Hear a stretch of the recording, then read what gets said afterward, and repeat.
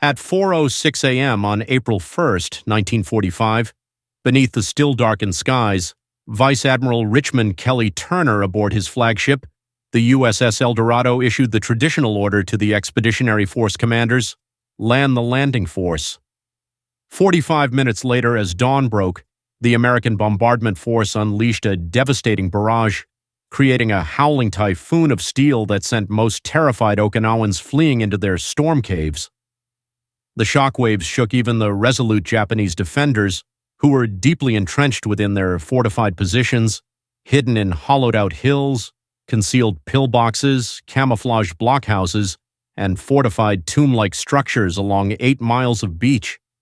10 battleships opened fire with their massive turret guns, ranging from 12 to 16 inches in bore diameter, hurling shells that weighed between 1,200 and 1,800 pounds. Most of these battleships were outdated, with some salvage from the wreckage of Battleship Row at Pearl Harbor and rebuilt. The USS Arkansas, for instance, had been commissioned well before World War I and was on the verge of being scrapped until the attack on Pearl Harbor kept her in service.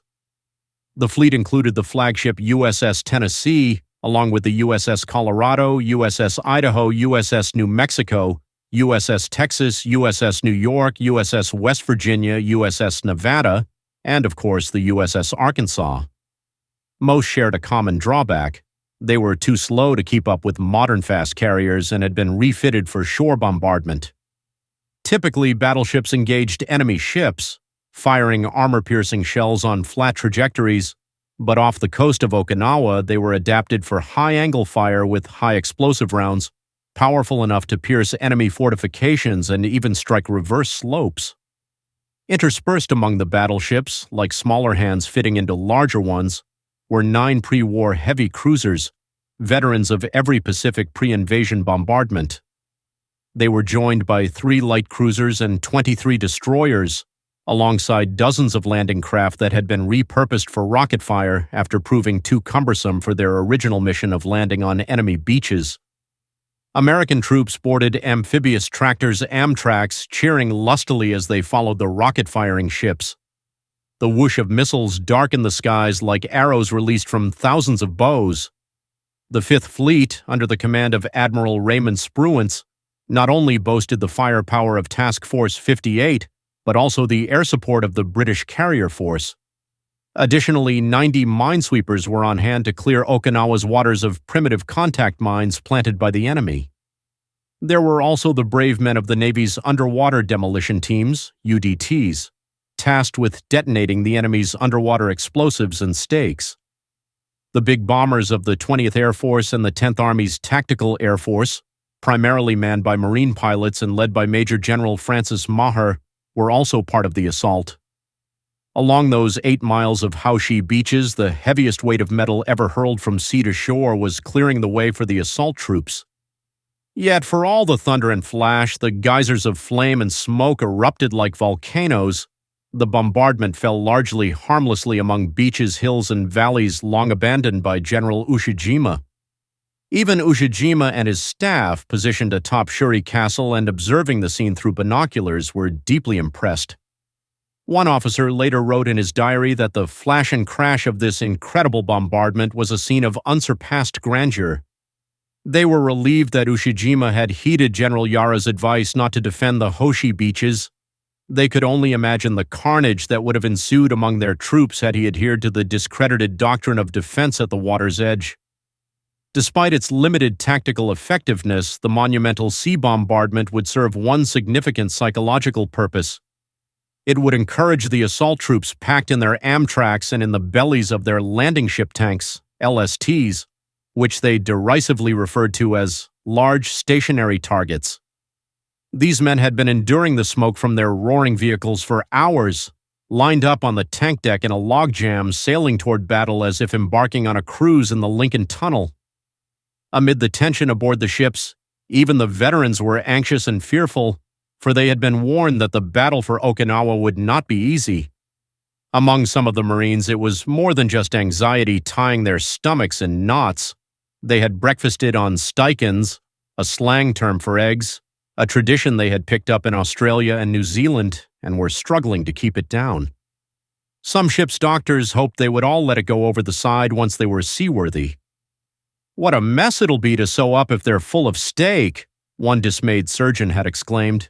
Ernie Pyle smiled when he heard that complaint. He had left the European theater where the Axis powers were on their knees to travel with the Marines in the Pacific.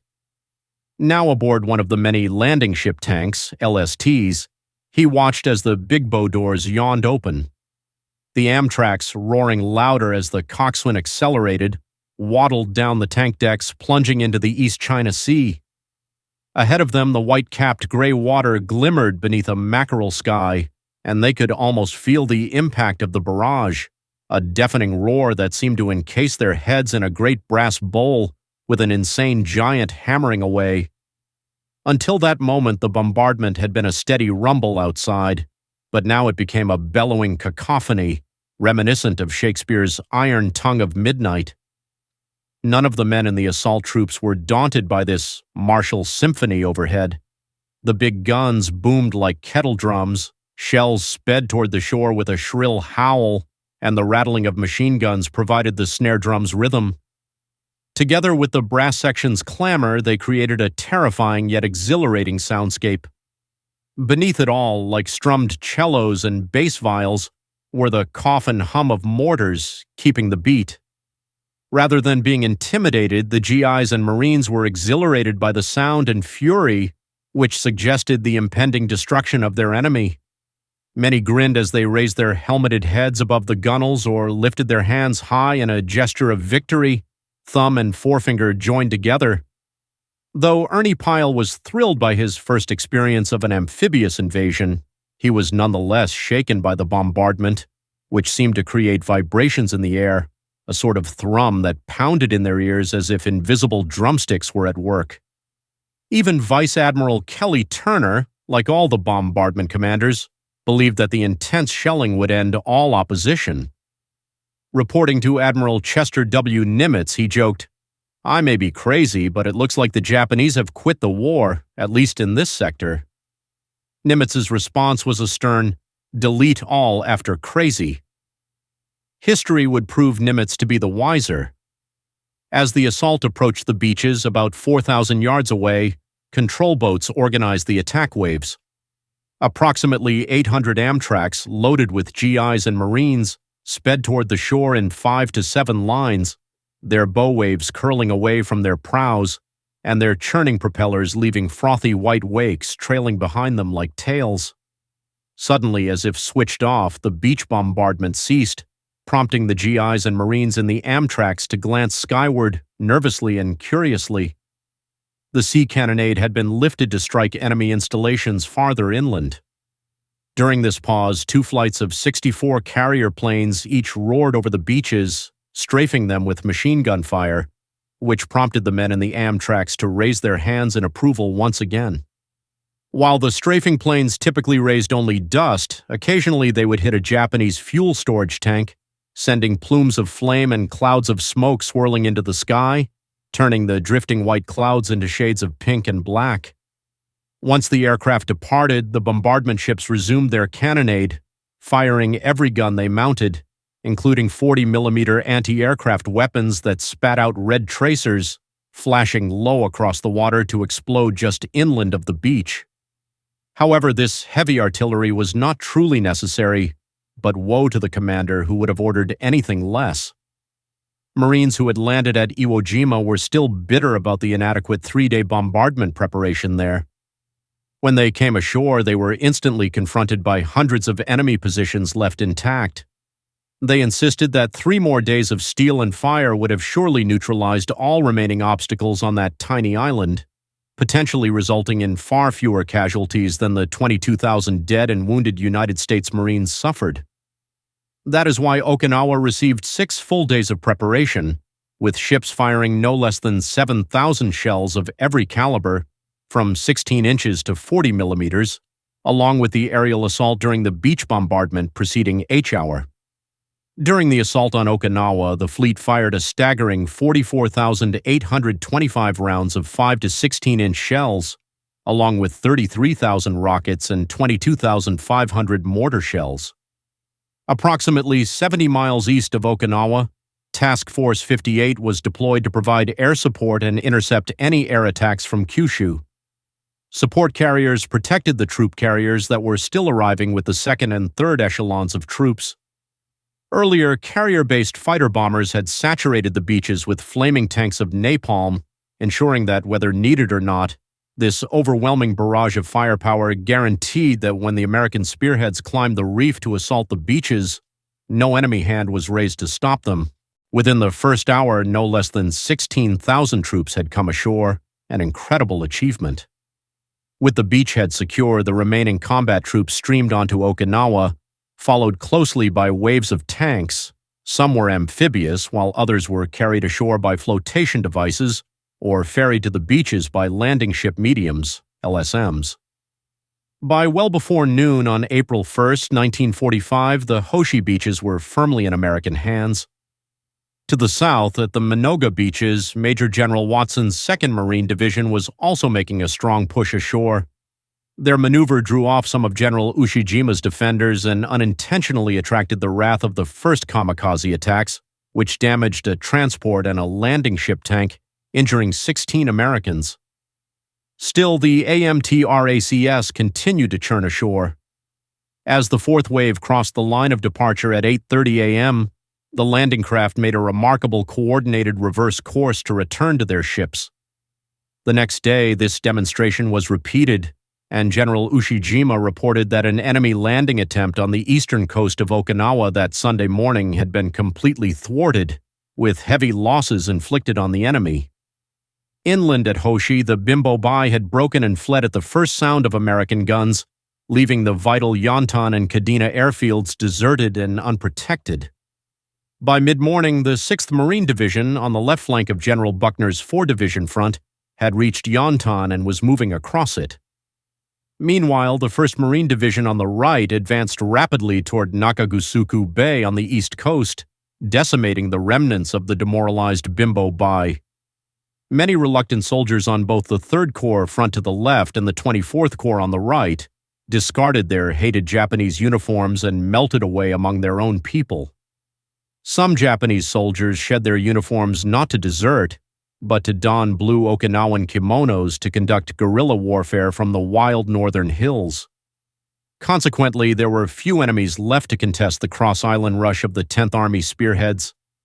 Tanks rolled across beaches blessedly free of mines, while bulldozers followed behind to create passage through the terraces. Soon, all manner of transport vehicles, wheeled or tracked, were depositing supplies on the rapidly growing inland mountains of cases, crates, and barrels. Engineers and pioneers from all the assault divisions were moving with customary American energy and ingenuity to transform Okinawa. Only the battalion aid stations, hastily organized on the beaches, were quiet and inactive, with bottles of blood plasma or whole blood hanging upside down on their tall, fork-like stands, unused. Doctors and medics squatted on their heels or perched on water cans, smoking and staring wonderingly at empty operating tables, resembling embarrassed supernumeraries. Up front, the attacking Americans were slowly letting out their breath. A soldier from the 7th Division, standing on a hill south of the Bishi River, captured the sentiment of his comrades when he said, "I've already lived longer than I thought I would." To his left, the Marines were also submitting to the pastoral charm of the landscape. One Marine fed a box of K rations to a goat, which quickly gulped it down, cardboard and all. Meanwhile, others rounded up the shaggy little Okinawan ponies and vaulted aboard, shouting with glee. "Yahoo!" one of them yelled. "I'm Captain Jinx of the Horse!" Among the forest of masts in the Higuchi anchorage, Colonel Cecil Nist, General Hodges' intelligence officer, could hardly believe the radio reports coming in from the beaches. The troops had discovered what the aerial photographs suggested: formidable but empty enemy positions. The suspicion that had replaced apprehension was now being replaced by relief. Major General Shepard moved his 6th Marine Division headquarters ashore, remarking, "There's a lot of glory on the line, but I'll take it this way." Shepard and his staff sailed past the newly arrived landing ship tank LST hospitals, which were sitting lonely and unattended at anchor, with not a single enemy aircraft threatening to drop the customary bomb on the big red cross emblazoned on one of them. Assigned to the 1st Marine Division, the ship's surgeon was impatient. From the moment the Amtrax rolled into the sea, his medical corpsman had been busy transforming a ship of war into a ship of mercy. Litter left behind by the Marines was heaved over the side, the tank deck was hosed down, and rows of cots were set up inside. Up forward, the bow doors remained open as a company of Seabees rigged a pontoon pier for casualty boats. All of this was accomplished within 2 hours, and the ship's surgeon, a small, thorough, fussy man who was clearly a perfectionist, strolled out onto the pier, satisfied. He stood watching the columns of attacking Marines vanish behind the seawall, but there was no bloody return traffic. Puzzled, he turned anxiously to a corpsman. "No boats? No wounded?" "Nothing yet, sir," came the reply. The surgeon shrugged, almost ruefully, and went back inside his LST. A moment later, he hurried back outside upon hearing the sound of a boat's engine. A Marine was clambering out of it onto the pier. "What's wrong with you, son?" the surgeon asked. The Marine held up a hand, blood spurting from one of his fingers. "One of my buddies let one go and shot the top of my finger off." The surgeon peered at the injury and turned to a corpsman to order it dressed. "What's happening in there, son?" he asked. "Don't ask me, doctor. All I know is everybody's going in standing up." The surgeon sighed, glanced shoreward again, and turned to go inside for lunch. When he came back to the pier, he still saw no return traffic. Calling to his soldier patient, he said, "Come on, son, let's go. I'll make you a new finger. We've got plenty of time to do it."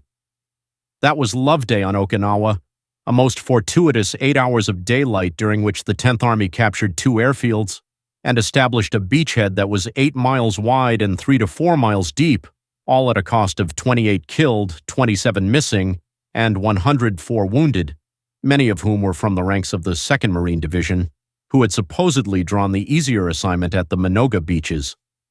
Meanwhile, another self-propelled weapon had put 3 holes in the destroyer Hinsdale, which then had to be towed to Kurorama by tugs. This marked the first invasion ship to achieve that dubious distinction. The next day, when the 2nd Marines made another demonstration, returning to their ships as planned, General Ushijima fired off an exultant report to Imperial General Headquarters, claiming to have forced the enemy to withdraw after being mowed down one after another. In truth, a very different situation existed on Okinawa, where around 50,000 Americans had come ashore almost unimpeded within a single day. Objectives that had been expected to take 3 or more days to secure, and that would claim many lives, were firmly in American hands by nightfall. At Yontan Airfield, bulldozers were clearing wrecked enemy planes and General Ushijima's clever decoys made of sticks, stones, and cloth. Suddenly, an airplane approached the runway, its fuselage marked with a big red ball. Its roar grew louder as the bulldozers fell silent and Marines on the ground, some heating their rations over gunpowder fires, stood at attention, clutching their rifles. As the Zero fighter swung seaward for a smooth landing, the pilot wriggled out of his parachute pack and climbed down to the tarmac, walking toward the waiting Marines. In a split second, he reached for his pistol, but before he could react, he collapsed onto the runway, riddled with bullets. An expression of indescribable horror had crossed his face. "There's always someone," a Marine remarked ruefully. "There's always one person who doesn't get the word." On the morning of April 2nd, American fighting men awoke in amazement to see vapor puffs issuing from their lips, their feet chilled to the bone as they began to stamp them vigorously. The temperature hovered around 50 degrees Fahrenheit and would not rise above 60, making most of these men, whose blood had thinned from years in the tropics, feel as though they had awoken on the Arctic Circle.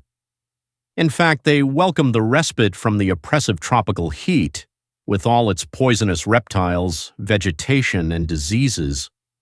They were further surprised to receive new issues of wool and gabardine field jackets to keep them warm, a testament to the efficiency of the supply service. They moved out rapidly along narrow roads, with GIs heading south and Marines marching east and north. As they passed through peaceful fields dotted with little thatched farm cabins, Each sheltered behind stone walls or bamboo windbreaks, the leathernecks of the 6th Division advanced confidently toward their objectives.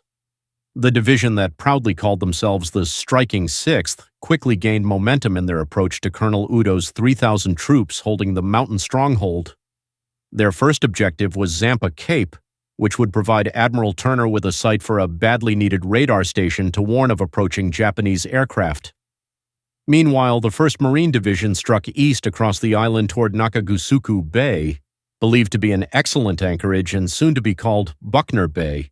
Throughout the march, sergeants shouted encouragement to the men as they finished their morning rations. "Get a move on! Keep both ends up! What are you looking behind you for?" The mood of incredulity at the ease of the landing was a common sensation among the Americans as Loveday turned into a pleasant week on Okinawa. This feeling was especially pronounced in the north, where only Colonel Udo and his men stood between the Marine divisions and their objectives. For the 1st Division, the memory of fierce battles made the experience on the island seem like an unbelievable but delightful frolic.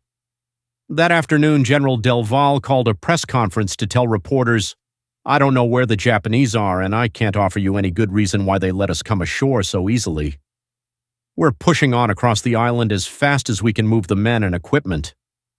In just 2 days of fighting, the 1st Division suffered only 3 dead and 18 wounded. On April 3rd, the jubilant Marines of the 1st Division stood on the eastern seawall, overlooking the bay and the Pacific Ocean. That same day, scouting parties entered the narrow finger of the Chatan Peninsula, traversing it without opposition. Encouraged, General Buckner lifted all restrictions on the advancing 1st Division, allowing them to rapidly secure the entire east coast between Yontan Airfield and the Ishikawa Isthmus. This narrow neck of land, about 2 miles wide, was located 2/5 of the way up Okinawa's slender length. In just 4 days, the 1st Division captured territory that had been expected to require 3 weeks of fierce fighting. To the north, however, the 6th Division encountered steadily stiffening opposition. Ambushes and isolated attacks on strong points made for real skirmishes for those who fought in them, especially for those who were killed or wounded, but not enough to slow the 6th's rapid advance. After sealing off the northern side of Ishikawa, the division began marching north toward Zampa Cape at double-time speed. The 1st Division would follow behind to clean up and attend to the problem of the Okinawan refugees now clogging the roads. The roads were filled with many refugees, women with babies, children without parents, and grizzled old men hobbling along with bent backs, leaning on staffs and carrying small bundles representing all they had left from the war. This terrible conflict had robbed them of their authority, leaving them vulnerable to Japanese mockery and American pity. Among them were elderly women who could not walk, simply squatting in the road, shriveled and frail, hardly larger than monkeys waiting to be carried. They longed for the kind Marine who might stop and offer them a lighted cigarette between their toothless gums. They were a docile people, now terrified because the Japanese had told them the Americans would torture them. They were also frightened because they knew that among them were Japanese soldiers disguised as civilians. However, their fear dissipated with gentle treatment and the careful searching of all males between the ages of 15 and 45 to uncover any concealed weapons or equipment. Those found with knives or cartridge belts were placed in prisoner of war camps. Soon the Okinawans began to speak openly of their hatred for the Japanese and their loathing for the reign of Nippon. "Japan is finished," they said.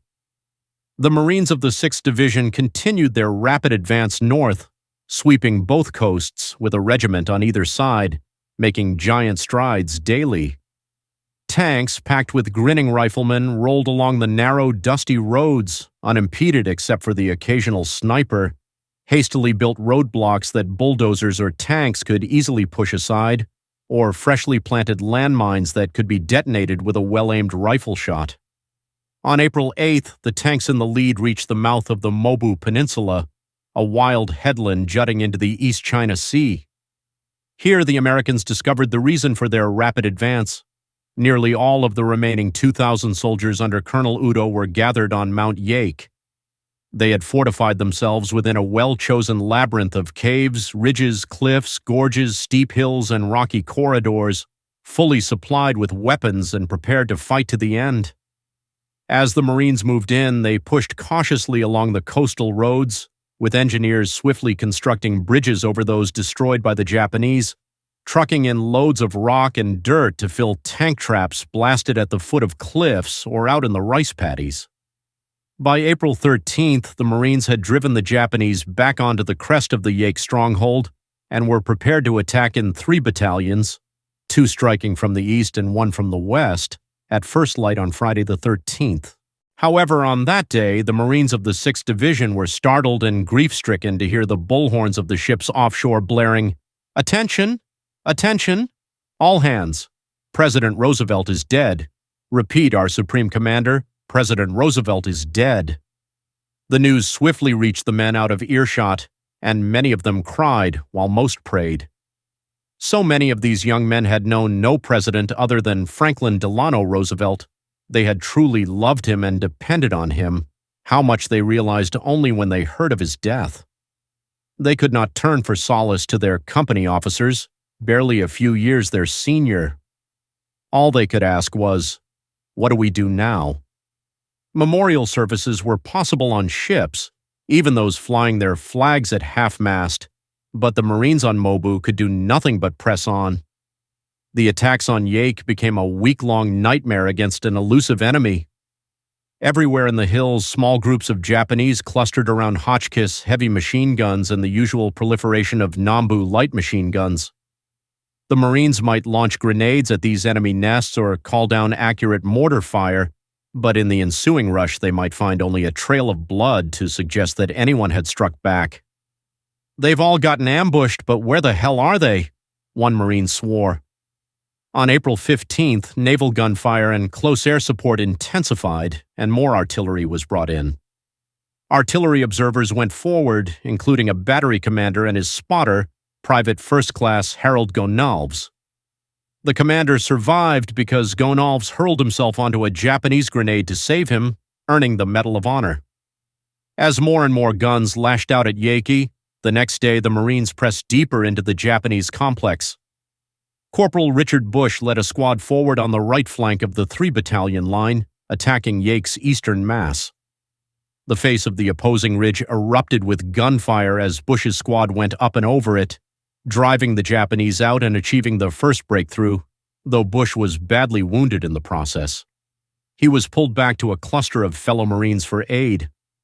As Bush lay protecting fellow Marines from enemy fire, a grenade sailed in. In a quick and heroic move, he pulled it toward himself, saving the other wounded Marines while ensuring his own survival. He joined the ranks of that remarkable company of Marines whose medals of honor testified to their toughness. Through the hole his squad had cut, and others along the line, the fighting surged upward, swirling into the mountains where logistics became as much of a challenge as eliminating the enemy. Marines toiled up hills with 5-gallon cans of water on their backs, bandoliers filled with rifle clips and grenades crisscrossing their bodies. Battalion commanders, inspecting the lines, carried a water can or mortar shell along with them. It took 4 days for the Marines to burst into Colonel Udo's headquarters and discover a message intended for their eyes: news of President Roosevelt's death. News number 1, Saturday, April 14th, President Roosevelt died suddenly. To the men of the 6th Marine Division, we take it as a great honor to address you for the first time. We are deeply saddened to learn from the United Press that the life of President Roosevelt ended abruptly at 3:30 p.m. on April 12th. It seems incredible, despite the evidence. The men of the 6th Marine Division, particularly the 15th and 29th Marines and the 3rd Amphibious Corps, express our heartfelt condolences on the passing of the late president. What do you believe was the true cause of the president's death? Was it a miserable defeat suffered by U.S. forces in the sea around Okinawa? Were that not the direct cause of his passing, we could be relieved. We doubt that the majority of you fully understand the current operations being conducted by U.S. forces, although a few of you may have glimpsed the true situation. An exceedingly large number of aircraft carriers, battleships, cruisers, and destroyers are navigating the seas around Okinawa to protect you and carry out joint operations. Unfortunately, 90% of them have already been sunk or destroyed by Japanese forces at sea and in the air. This has resulted in a grand U.S. fleet of 500 vessels lying at the bottom of the ocean surrounding this little island. Once you might have likened yourselves to a lizard twitching about with its tail cut off. Even a drop of blood can never be expected from its heart. As a result, an apoplectic stroke attacks. However, we believe it is time for you to reflect on the broader situation of the current war and seek opportunities for strategic insight. The Marines continued to conquer the rest of Mobu, securing the peninsula by April 20th. Above them, the 6th Division's 22nd Regiment reached Okinawa's northernmost point, and the largest battle in the northern sector was over. The 6th spent the rest of April patrolling and pursuing Japanese troops who had fled Yake and had become irregular combatants, using warnings from local wildlife to alert them to the enemy's presence. "Look at the snake I just eliminated," one Marine exclaimed. "It's one of those habu snakes they were all talking about before we landed." "What are you going to do with it?" asked another. "With the slop they've been feeding us on this screwy island? I'm going to cut it into fillets, fry it, and eat it." Meanwhile, the Marines of the 1st Division were not quite as desperate. They were still celebrating the good times, extending their festivities throughout April. Many battalions built bivouacs complete with gravel paths, showers, and mess halls. The men scavenged abandoned Okinawan homes, removing sliding panels that separated the rooms to use as foxhole covers or to construct shanties. Everybody had a pet. Some had ponies, goats, or even one of the numerous Okinawan rabbits that might have escaped the pot. There was an open-air theater at division headquarters where clerks and typists gathered nightly to play leapfrog until it grew dark enough for a movie. This was not battle as the 1st Division had known it, but the men said, "Peace is wonderful." Enchanted by this downtime, they brewed jungle juice from their rations, drank it from borrowed lacquerware, one of Okinawa's few crafts, and began to harmonize. They sang all the old favorites like Wabash Cannonball and Birmingham Jail, alongside a vast repertoire of songs collected or composed by local bards over 3 years of service in the Pacific. One new song for Okinawa went, "Oh, don't you worry, Mother, your son is safe out here. No Japanese on Okinawa, no fear. Your sons can't find no nips, so we're going back on ships. But don't you worry, Mother, 'cause we're going on another trip." However, the good times were coming to an end. The Marines were staying on Okinawa and moving south toward the Nahashuri-Yanbaru line, which had stalled the Army's 24th Corps. Meanwhile, Admiral Ugaki initiated the first of his kikusui, or floating chrysanthemums, aerial strikes against American warships surrounding Okinawa. Admiral Toyota, the Navy Chief of Staff, had also ordered the Yamato, the mightiest battleship ever built, to join these kamikaze attacks as a self-termination vessel. In Japan, the chrysanthemum is probably the most beloved flower, woven into wreaths for weddings and funerals alike, used to decorate graves, or dropped by grieving pilots onto waters where their comrades had plunged to their deaths. In keeping with this tradition, Admiral Matome Ugaki named the scheduled 10 aerial attacks on American shipping Kikusui to honor the beloved flower. Although Ugaki's aerial strength on Kyushu had been significantly weakened by the airstrikes of mid-October 1944, and especially by U.S. sweeps from March 18th to 19th, 1945, he still commanded over 3,000 planes, both conventional and kamikaze. After the Americans landed on Okinawa, Ugaki had few reservations about his ability to shatter the enemy fleet, delaying or even preventing the invasion of mainland Japan. However, he occasionally despaired at the lack of coordination and cooperation among Army and Navy air commanders on both Formosa and Kyushu. Though the Japanese command structure was likely better unified for Okinawa than for any previous operation, it was still a loose chain of command. The last thing an Army commander would consider was obeying an order from a superior in the Navy. At best, they viewed orders as mere suggestions. Thus, Army and Navy commanders on those two critical island fortresses neither cooperated with one another nor followed directives from the combined fleet or Imperial Army headquarters in Tokyo. Although there was intense rivalry between the American Army and Navy in the Pacific, orders from superiors were generally respected. If Fleet Admiral Nimitz issued orders to Admiral Turner off of Okinawa, Turner transmitted them to General Buckner, who obeyed without question. Admiral Ugaki did not enjoy such luxury. If he wanted Lieutenant General Michio Sugihara, commander of the 6th Air Army on Kyushu, to take action, he did not issue an order. Instead, he sent a diplomatic officer to Sugihara's headquarters to explain what was required of him in the most courteous language possible. Such deference did not forge the Japanese chain of command into iron links, and it wasted valuable time. Ugaki was based at Kanoya, while Sugihara was at Chiran. He could not ask Admiral Toyoda's fleet to issue an order binding on both commanders. All Ugaki could do was send orders to a pair of Army air divisions responsible for most of the Okinawa attacks. Even those orders were sometimes ignored. This reluctance by senior officers to insist on strict obedience may have stemmed from a Japanese misunderstanding of the character of Western military officers. When Japan decided to build its Imperial Navy, it modeled it after the British Royal Navy, mistaking the innate courtesy of its officers for reticence. As a result, an admiral might hesitate to demand unyielding obedience from a subordinate, fearing it would be considered rude.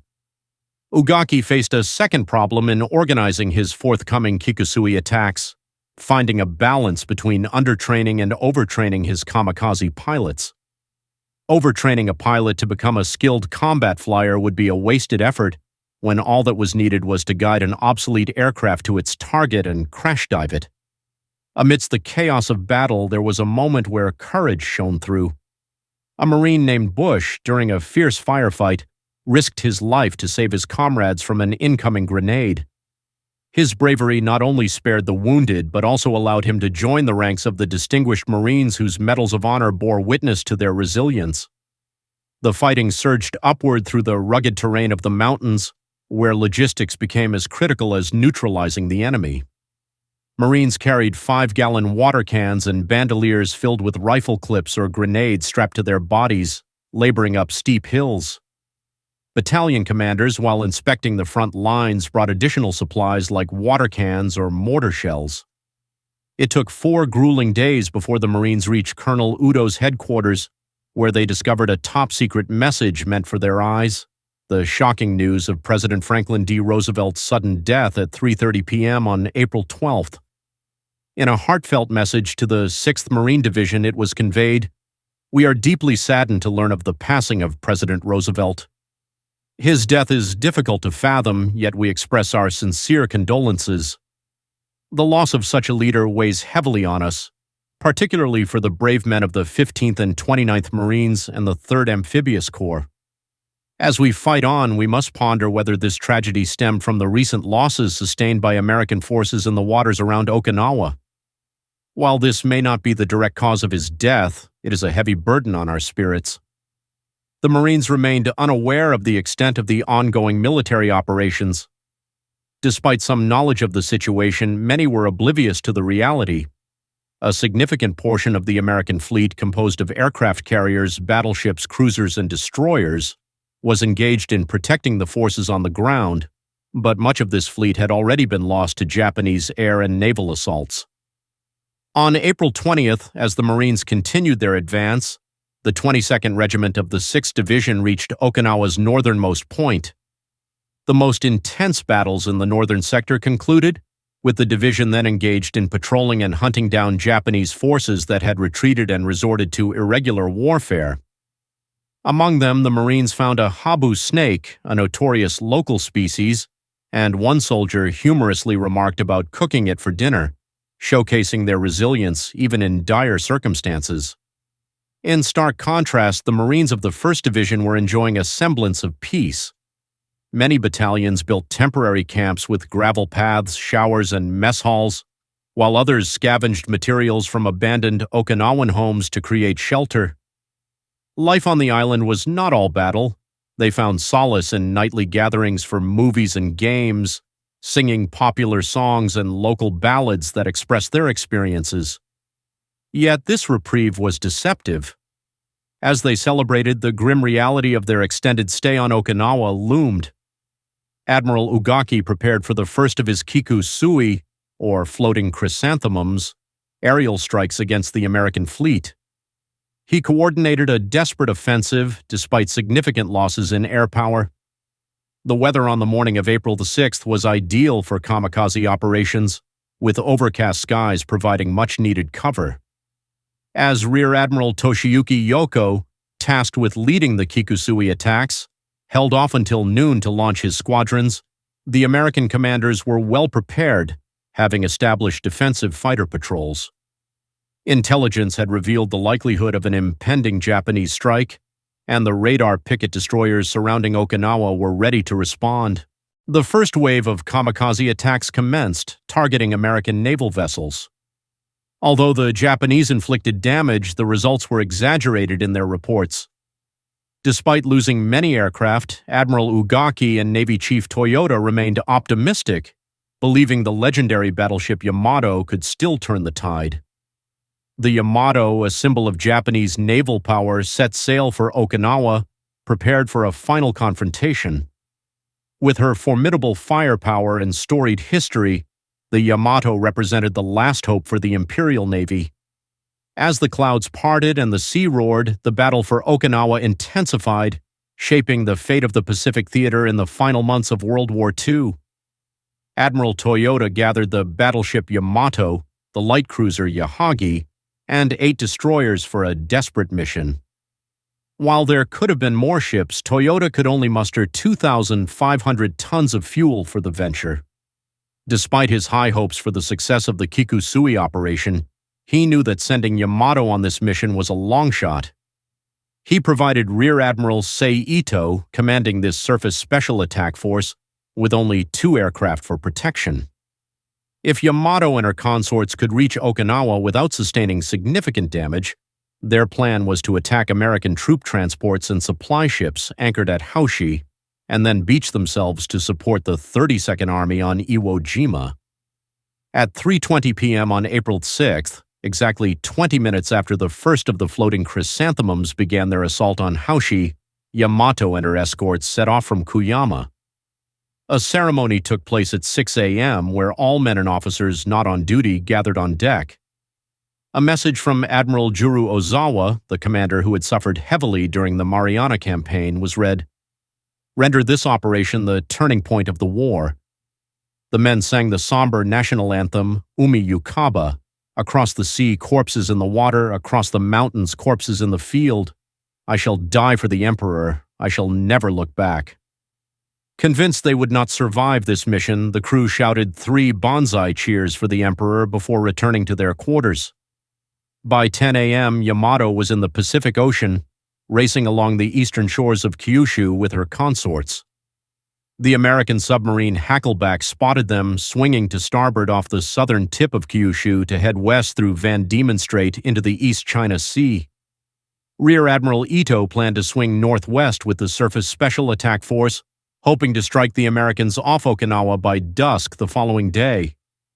However, Hackleback alerted Admiral Spruance, and shortly before 8:30 a.m. the next morning, a scout plane from the Essex spotted the Japanese force just southwest of Kyushu, less than 400 miles from Okinawa.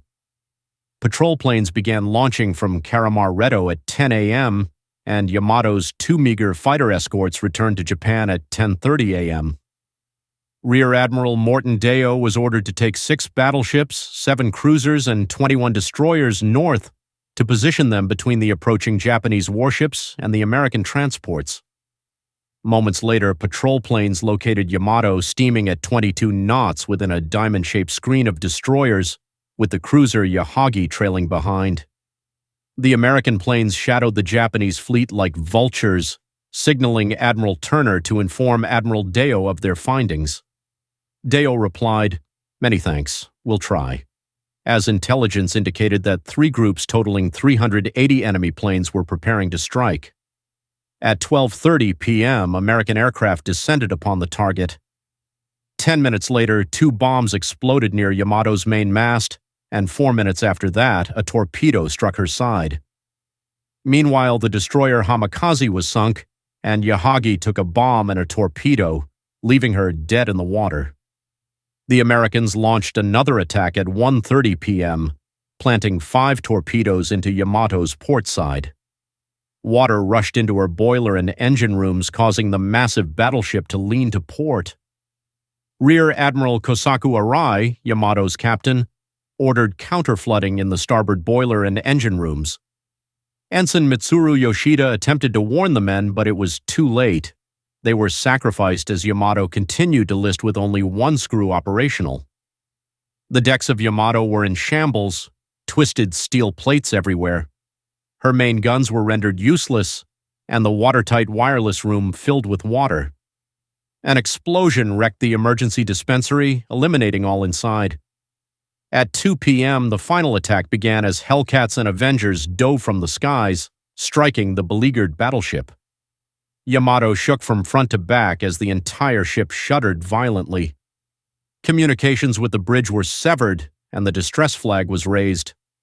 The steering room flooded, and with the rudder jammed hard left, the mighty Yamato sagged to a 35-degree list. "Correction of list is hopeless," the executive officer shouted as the Americans came for the death blow. "Hold on, men." Bombs rained down upon Yamato, unleashing a torrent of waves and roaring air across her decks, throwing men into heaps. From one pile crawled high-ranking staff officers. Admiral Ito struggled to his feet, and his chief of staff saluted him. They regarded each other solemnly. Ito turned, shook hands with his staff officers, and retreated to his cabin, either to embrace death or await it.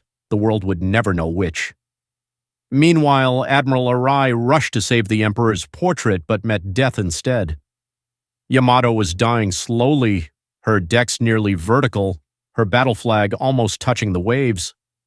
Explosions rocked her immense structure, and her own ammunition began to detonate.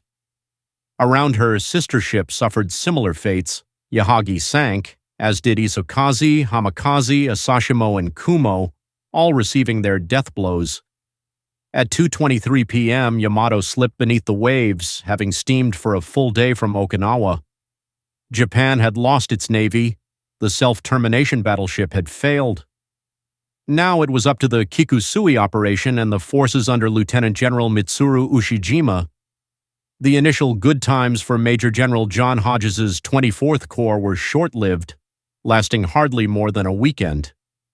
The day after Love Day, the 24th Spearheads raced across the island, with the 7th Division on the left and the 96th on the right, turning south the next day for an anticipated rapid down-island advance. Their progress seemed almost bloodless, akin to the Marine Drive in the north, but by April 4th they encountered stiffening resistance. It grew daily, and by April 8th, greatly increased resistance was reported as they approached the outerworks of Ushijima's Nahashuri Aru line and probably its most formidable position, Kakazu Ridge. At first glance, Kakazu Ridge didn't seem especially difficult, neither unusually high nor steep. However, Colonel Eddie May, commanding the 383rd Regiment of the 96th Division, misjudged its challenges from his headquarters atop another ridge. He considered capturing Kakazu a preliminary step to assaulting Orisu Mora.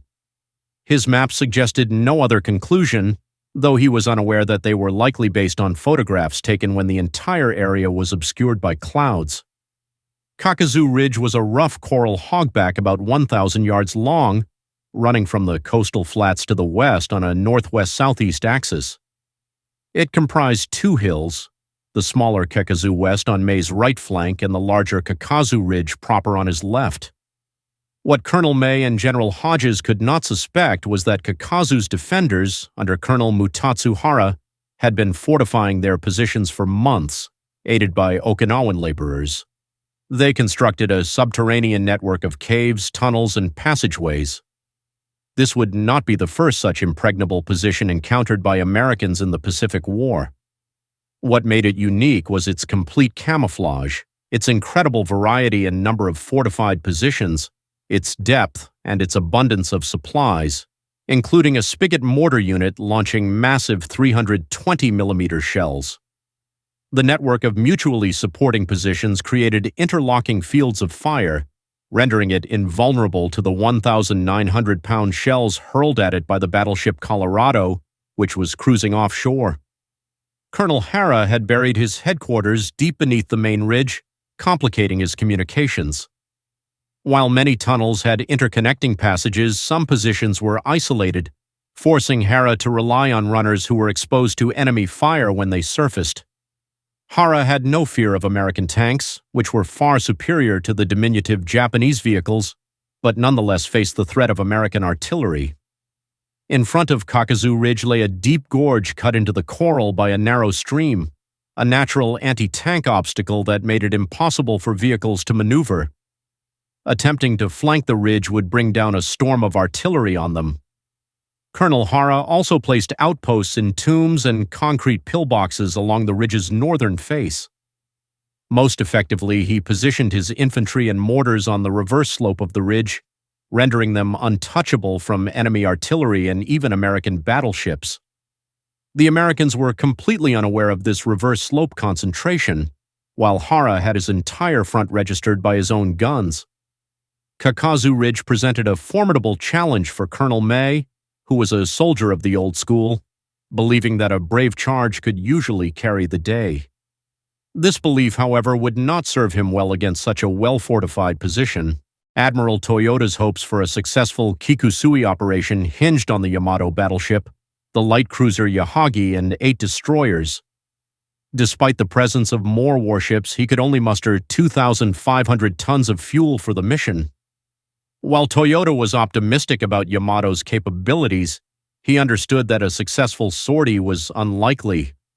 He allocated Rear Admiral Sei Ito only 2 aircraft for protection during this surface special attack force. If Yamato and its accompanying ships could reach Okinawa unscathed, or at least with the battleship and a few others intact, their mission was to ambush the American troop transports and supply ships in the Haoshi anchorage. Ultimately, they would beach themselves to support a sortie by the 32nd Army on Iwo Jima. At 3:20 p.m. on April 6th, exactly 20 minutes after the first of the floating chrysanthemums struck Haoshi's targets, Yamato and her escorts departed from Kuyama.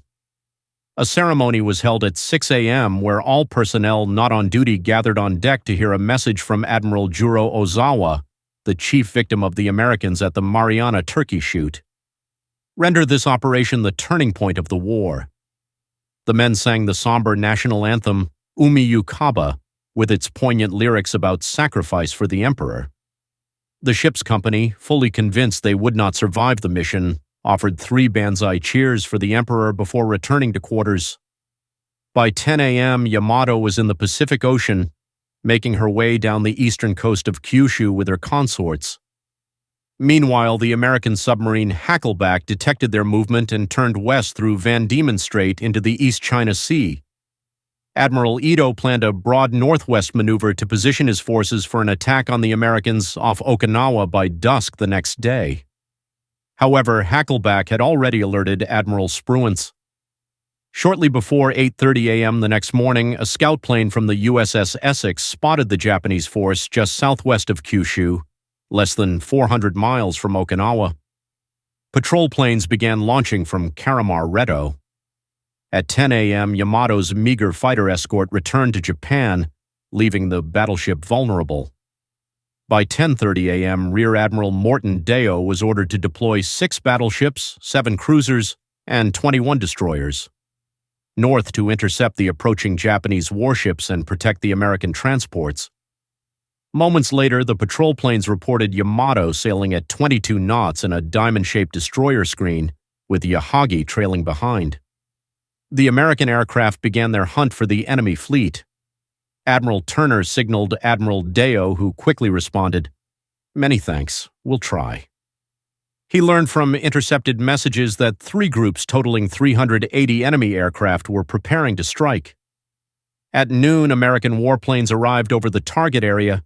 10 minutes later, 2 bombs exploded near Yamato's main mast, and 4 minutes after that, a torpedo struck her side. Meanwhile, the destroyer Kamikaze was sunk, and Yahagi was hit by a bomb and a torpedo, leaving it dead in the water. By 1:30 p.m., American aircraft returned to the assault. planting 5 torpedoes in Yamato's port side. Water rushed into her boiler and engine rooms, and the battleship began to list to port. Rear Admiral Kosaku Ara, Yamato's captain, ordered counterflooding in the starboard compartments. Meanwhile, Ensign Mitsuru Yoshida attempted to warn his men, but it was too late. They were sacrificed as well. Yamato now had only one screw operational. Her decks were a wreck of cracked and twisted steel. Her main guns were disabled, and the watertight wireless room was flooded. An explosion had wrecked the emergency dispensary, eliminating all inside. At 2 p.m., the final attack commenced. Hellcats and Avengers descended from the skies to strike the doomed ship. Yamato shook from bow to stern, and communications with the bridge were severed. The distress flag was hoisted, and with the rudder jammed hard left, the mighty battleship sagged to a dangerous list of 35 degrees. "Hold on, men!" Admiral Ara shouted as bombs rained down, creating waves of roaring air across the deck, tumbling men into heaps. Amid the chaos, high-ranking staff officers struggled to their feet, and Admiral Ito solemnly shook hands with his staff. As the situation grew dire, Admiral Ara rushed to save the Emperor's portrait but met death instead. Yamato was slowly dying. Her decks were nearly vertical, her battle flag almost touching the waves. Explosions rocked her massive frame, and her own ammunition began to detonate. All around her, her sister ships were also sinking. Yahagi was going down, while Isokaze, Kamikaze, Asashimo, and Kumo had received their fatal blows. At 2:23 p.m., Yamato slid beneath the waves, marking a devastating loss for Japan. The once mighty battleship had failed in its mission, leaving the Kikusui operation and the soldiers of Lieutenant General Mitsuru Ushijima to carry on the fight. In the days following, Major General John Hodges's 24th Corps had only brief success, barely more than a weekend. On April 4th, the spearheads raced across the island, with the 7th Division on the left and the 96th on the right, turning south for the anticipated rapid down-island advance. Their progress seemed as effortless as the Marines' drive in the north, but by April 8th, resistance stiffened. They soon encountered the formidable Nahashuri-Aru line and its most challenging position, Kakazu Ridge. Initially, Kakazu Ridge didn't appear especially daunting, neither particularly high nor steep. Colonel Eddie May prepared to send his 383rd Regiment of the 96th Division against it, believing its capture essential for the assault on Urasmura. However, Colonel May was unaware that the Japanese defenders, led by Colonel Mutatsu Hara, had fortified their position for months, constructing a subterranean honeycomb of caves and tunnels.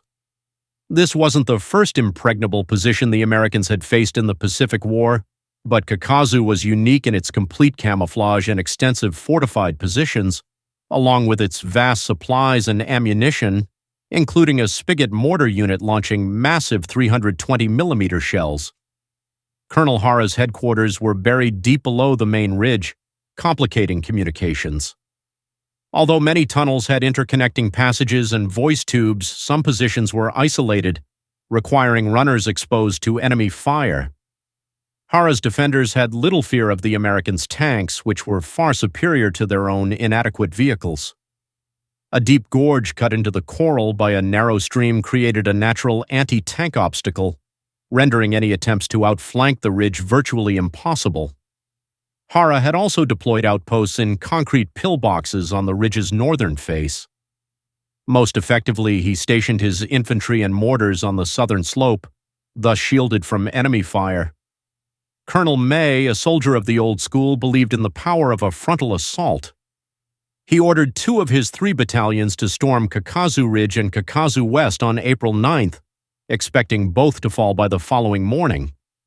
Following American infantry doctrine, 1 battalion would attack with 2 companies while the 3rd remained in reserve. This meant 2 companies would assault the main ridge, and 2 more would take Kakazu West, with support units held back. However, 1 company attacking Kakazu West delayed its departure and began its march at daylight, quickly pinned down upon arrival. The other company, commanded by First Lieutenant Willard Mitchell, an imposing Southern leader known as Captain Hoss, was idolized by his men. They affectionately called him Hoss, and he returned their affection, referring to them as his lassies. As Mitchell's men began their ascent under the cover of darkness, they discovered they were alone on the crest. The position comprised two knolls, one to the north and another to the south, creating Colonel Hara's reverse slope. When the Japanese emerged from their stronghold, Mitchell quickly organized his company into a perimeter on the southern saddle, hoping to repel any forward charges. However, the enemy opened fire from their positions, showering the saddle with grenades and satchel charges. A furious battle ensued throughout the morning, resulting in casualties on both sides. Mitchell roamed the battlefield, hurling grenades and firing his carbine, his battle cry booming across the saddle. Private First Class Joseph Sewell spotted an enemy spigot mortar in a cave on the reverse slope. One of its 320mm shells could devastate the Americans. Sull and his comrades attacked the massive mortar, destroying it with grenades and killing its 9-man crew. At noon, sensing the Americans were weak, Colonel Hara ordered a series of 4 furious counterattacks.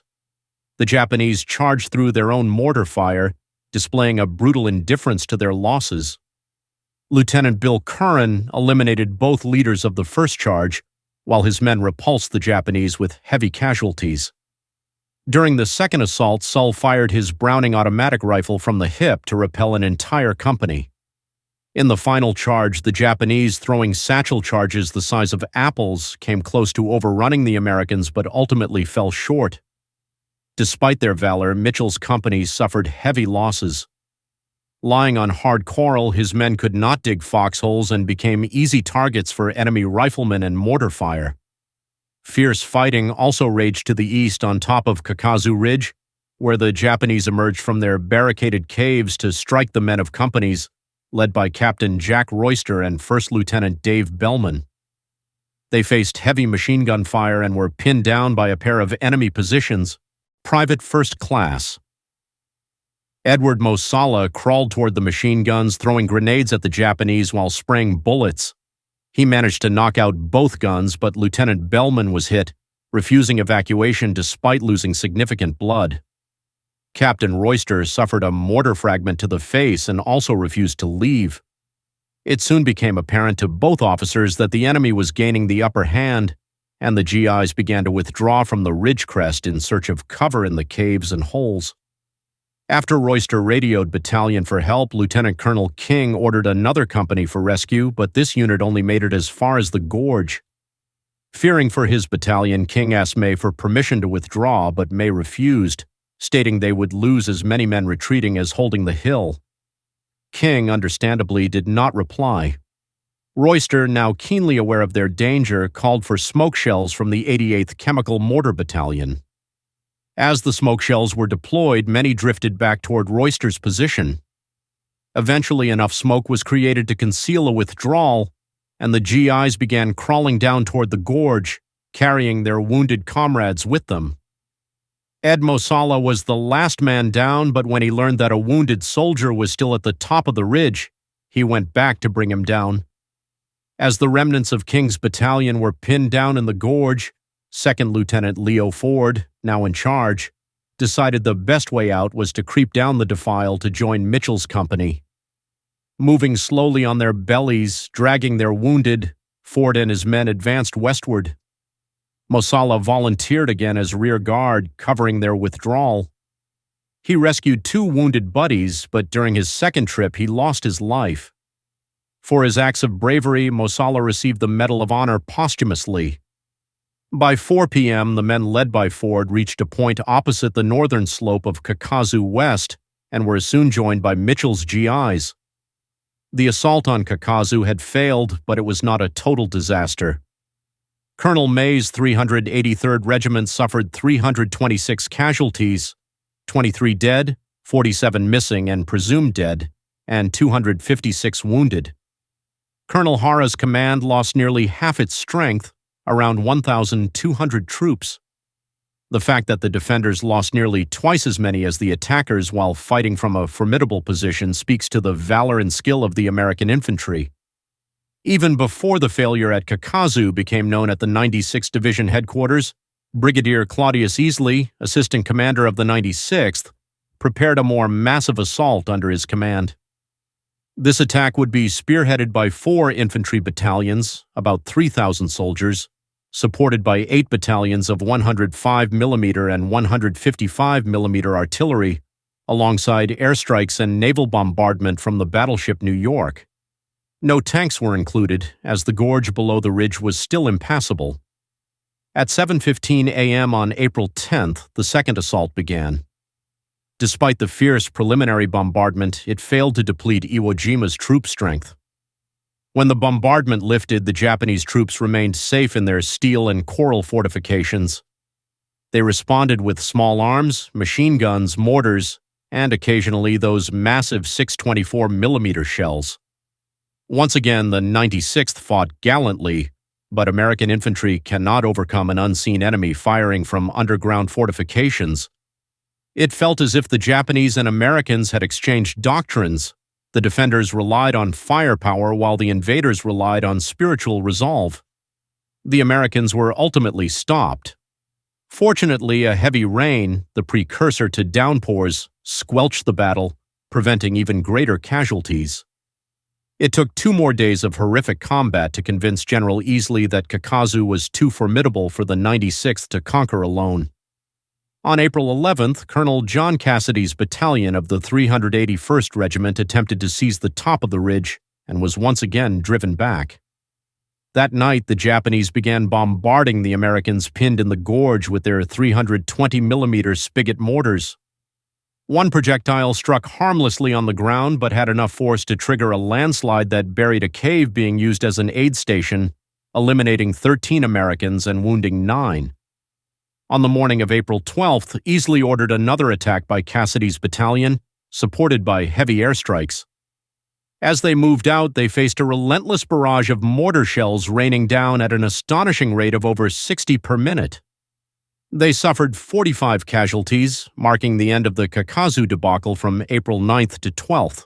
During the failed assaults, the only significant gains made by the 24th Corps occurred on the left flank with the veteran 7th Infantry Division.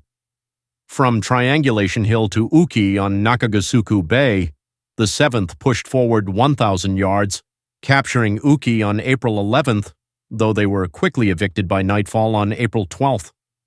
By then, all formations of the 7th were held in front of Hill 178, a towering crag near the center-east of Iwo Jima's line and a Japanese artillery observation point. Further east, the 96th 382nd Regiment was stopped cold at Tombstone Ridge, where it assumed defensive positions on April 11th.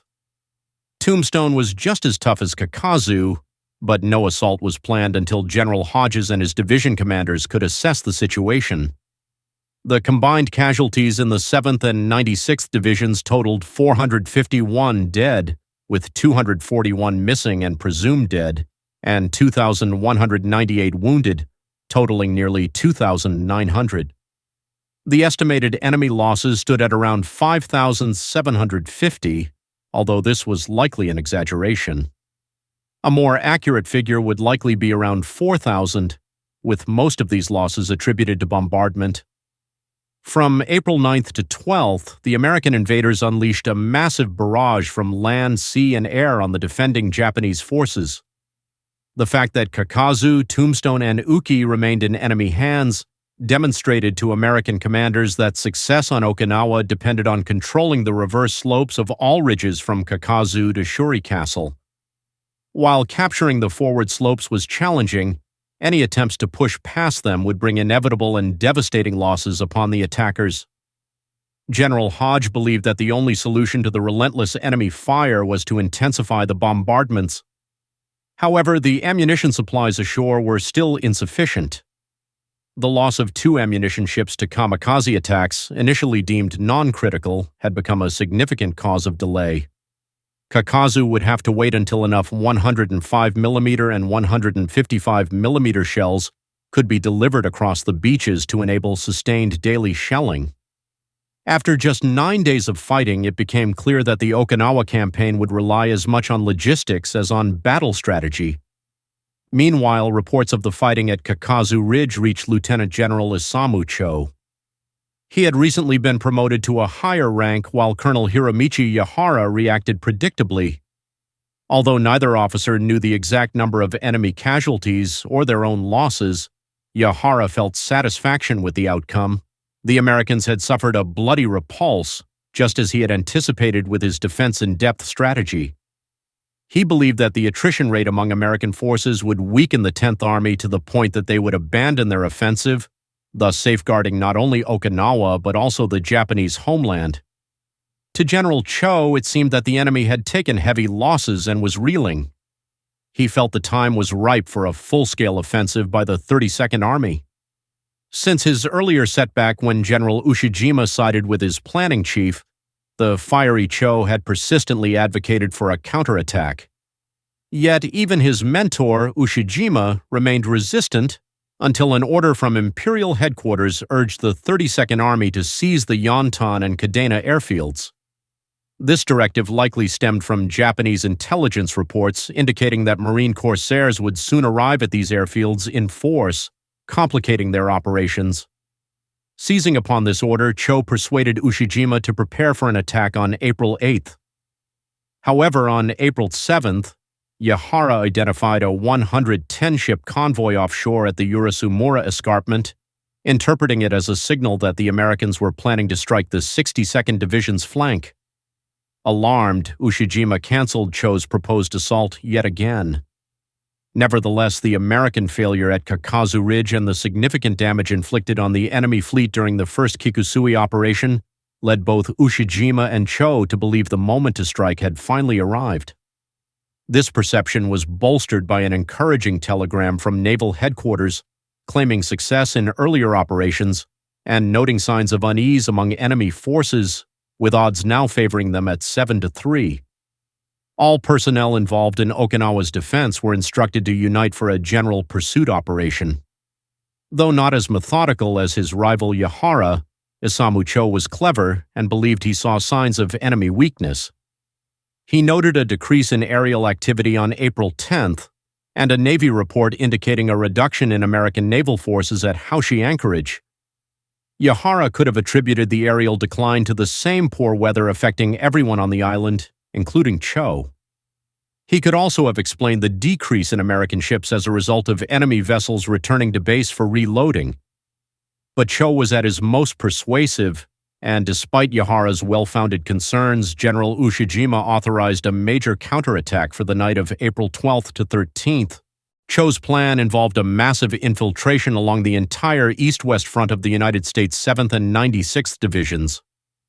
3 battalions from the Japanese 24th Division were to strike the 7th Division on the eastern flank, while 3 battalions from the 62nd Division would assault the beleaguered 96th Division.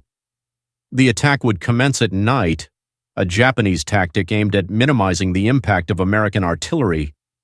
Once they broke through American lines, the troops would spread out into rear areas 4 miles below Kadena Airfield, taking refuge in known caves and tombs.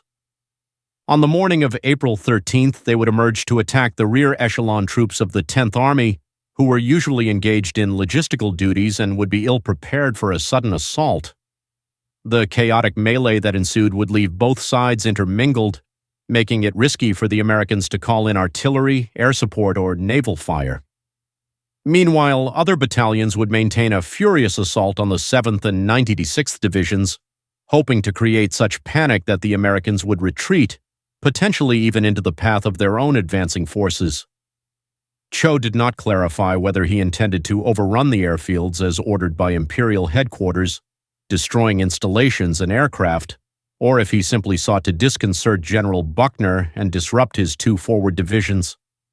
On the night of April 12th, as Yahara grew increasingly uneasy, he committed an act of insubordination that would have likely led to a court-martial in any Western army. He convinced Lieutenant General Tei Fujioka, commander of the 62nd Division, and Lieutenant General Tatsumi Amaya, commander of the 24th Division, to commit only 2 battalions each to the operation instead of the planned 6. 3 flares illuminated Kamikaze Ridge in the early darkness of April 12th, Two red flares signaled the commencement of artillery fire and the full-strength assault, while the third, shaped like a dragon, indicated an all-out attack. At approximately 7:00 p.m., the Americans faced the heaviest concentration of Japanese artillery seen during the war, with around 2,200 rounds hitting the battered 96th Division, followed closely by another 200 rounds striking the 7th Division. Fortunately for the Americans, their hard-earned battle experience had taught them the importance of digging deep foxholes, leading to minimal casualties. The first to engage the Americans was the 22nd Infantry Regiment, which had marched for 2 days in relentless rain from its base on the Oroku Peninsula, laden with heavy packs and food supplies. Under the command of Lieutenant Colonel Masaru Yoshida, they moved in a serpentine formation, struggling to avoid detection by enemy aircraft. However, they were dispirited and disoriented, lacking a clear attack plan. Instead of launching a mass assault, they attempted to infiltrate the 7th Division sector in small groups, but met with little success. One concentrated attack of about 100 Japanese was met with withering fire from American rifles and machine guns, resulting in heavy casualties. The assault on the 96th Division was significantly more organized and lasted longer, personally directed by General Fujioka. A long column of Japanese troops attempted to penetrate the 96th's defenses by masquerading as American GIs marching down Highway 5. About 20 of them slipped past American scrutiny until they were identified, at which point the Americans opened fire, leaving 58 Japanese dead on the field. 2 additional attacks were mounted against the 96th Division, both resulting in heavy losses. Fujioka then attempted to flank the enemy with 2 companies following an artillery barrage targeting Kakazu Ridge. A small force staged a diversion on the western flank of Kakazu, while the main body sought to overrun the draw between Kakazu Ridge and Kakazu itself. Private First Class William Daly, manning a heavy machine gun, found himself unable to depress his weapon enough to hit the advancing enemy below. Instead, he resorted to tossing grenades, alerting Staff Sergeant Buford Snuffy Anderson, who was taking cover in a nearby tomb with his light mortar section. Anderson emerged to launch all of his grenades at the approaching Japanese and then emptied his carbine. Spotting a dud enemy mortar, he seized it and tossed it into the draw, causing an explosion and cries of anguish from the enemy. Rushing back to the tomb, he collected his own mortars, removed the safety pins, and hurled them into the draw again, achieving similar results. By the morning, he would count 25 enemy bodies, along with several abandoned knee mortars and machine guns. For his bravery and quick thinking, Anderson was awarded the Medal of Honor. Other Japanese forces that infiltrated Kakazu West met similar fates. One enemy officer approached a Browning automatic rifleman and asked if he was Japanese, only to be met with a snort and a bullet. American troops from a command post, under fire in their tomb, surged forth and eliminated 20 Japanese on the western slope of Kakazu West. Another American machine gunner decimated a group of 23 more enemy soldiers. An enemy assault nearly broke through until they were illuminated by star shells fired by American warships offshore. This technique, successful during previous engagements, turned night into day, exposing the enemy and allowing American forces to decimate their ranks. By dawn, the draw was littered with the bodies of Japanese soldiers. General Cho's desperate attack was also repulsed at Kakazu Ridge. The heavy mortar crews of the 96th Division, informed of about 40 Japanese threatening to overrun their battalion's observation post, decided to risk close support of their riflemen. They launched approximately 800 high-explosive shells into the air, plunging down with a horrifying whistle. Many Japanese soldiers never heard the sound before it was too late. Marine artillery joined in, raining down shells that created a deadly curtain of explosives around the threatened positions. In the command headquarters beneath Shuri Castle, a sorrowful General Ushijima and a despondent General Cho listened to the grim reports from the front. There was still hope that a battalion of the 22nd Regiment, which had slipped through American lines undetected to enter the Genoan area, might be able to hide in caves until daybreak. They could then emerge to attack American rear echelons and potentially reach Yontan and Kadena to destroy enemy aircraft. However, as the sun rose over the island, it became evident that the opportunity had vanished, and all that remained was a desperate struggle for survival. The atmosphere among the Japanese commanders was grim, with heavy casualties looming large in their minds. The American soldiers, determined and battle-hardened, were unwavering in their defense, bolstered by their superior artillery and air support. Even in their moment of despair, the Japanese forces knew they could not yield, facing an enemy that would stop at nothing to crush their last remnants.